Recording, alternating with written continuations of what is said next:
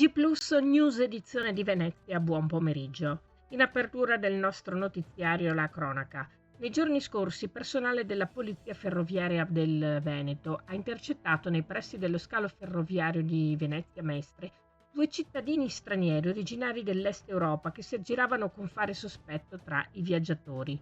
Gli uomini infatti scendevano da uno degli autobus giunti nell'attiguo piazzale esterno della stazione per poi accodarsi agli utenti in salita, manifestando l'intento di voler risalire sul mezzo dal quale erano scesi.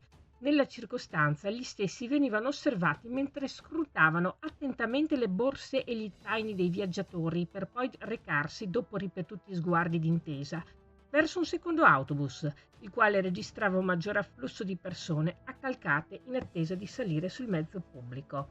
I poliziotti, insospettiti da tale comportamento, pedinavano l'autobus e una volta raggiunta la fermata successiva attendevano gli uomini per sottoporli a controlli più approfonditi.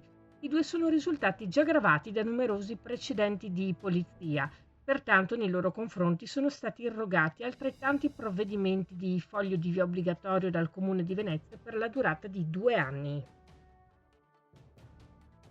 E cambiamo argomento. In merito alla questione del servizio di salvataggio litorale del Comune di Cavallino Treporti, Diego Marcomini della segreteria della FISA Scatta Cisola Venezia dichiara: siamo stati contattati pure noi dai lavoratori del litorale di Cavallino Treporti e la situazione ci preoccupa, soprattutto dal punto di vista della possibilità che molti si possano dimettere in massa, mettendo a rischio la gestione di un servizio essenziale.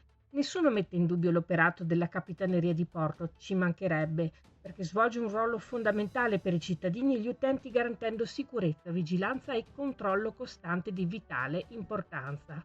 Ma non dimentichiamo che già da qualche anno queste figure professionali sono molto difficili da reperire, necessitano di una formazione continua e abilitazione e non tutti possono svolgere un mestiere così delicato. Il tutto sommato a uno stipendio certamente non da favola, pur avendo parecchie responsabilità. Noi abbiamo chiesto un incontro alla sindaca di Cavallino Treporti, Roberta Annesto, per cercare di aprire un tavolo di confronto tra le parti, utile a risolvere la situazione in tempi brevi.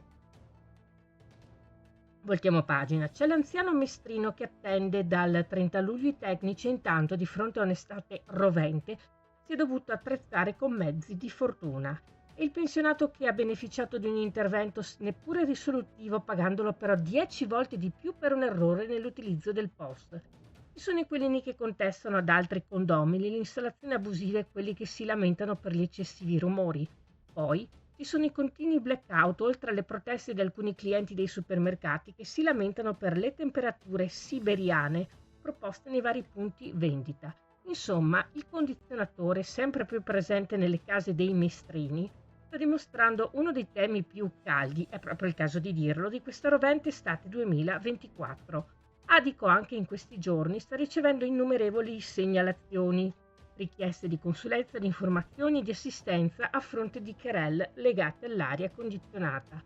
Come spiega Carlo Garofolini, presidente dell'Adico, il problema è che ormai circa la maggior parte delle famiglie mestrine ne è dotata e questo dato ha subito un forte incremento negli ultimi anni anche di fronte a un clima sempre più insopportabile. Agosto torrido in città, come dicevamo, ma il fronte è caldo anche nelle sedi degli istituti superiori città metropolitana, dove si sta completando una serie di lavori di manutenzione nelle scuole, interventi programmati nel periodo estivo in cui non c'è attività didattica che consentiranno, soprattutto a molte palestre, che vengono usate anche in orario extrascolastico, di essere più accoglienti ed efficienti a settembre, quando è prevista la ripresa delle attività sportive delle associazioni e società che abitualmente le utilizzano.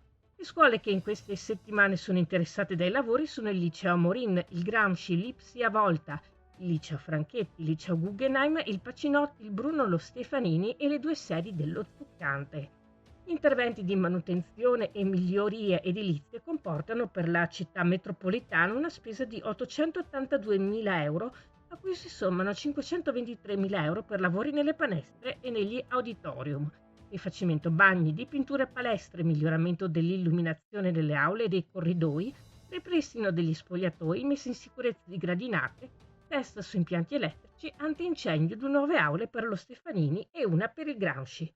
Questa era la nostra ultima notizia. Grazie per essere stati con noi. Arrivederci.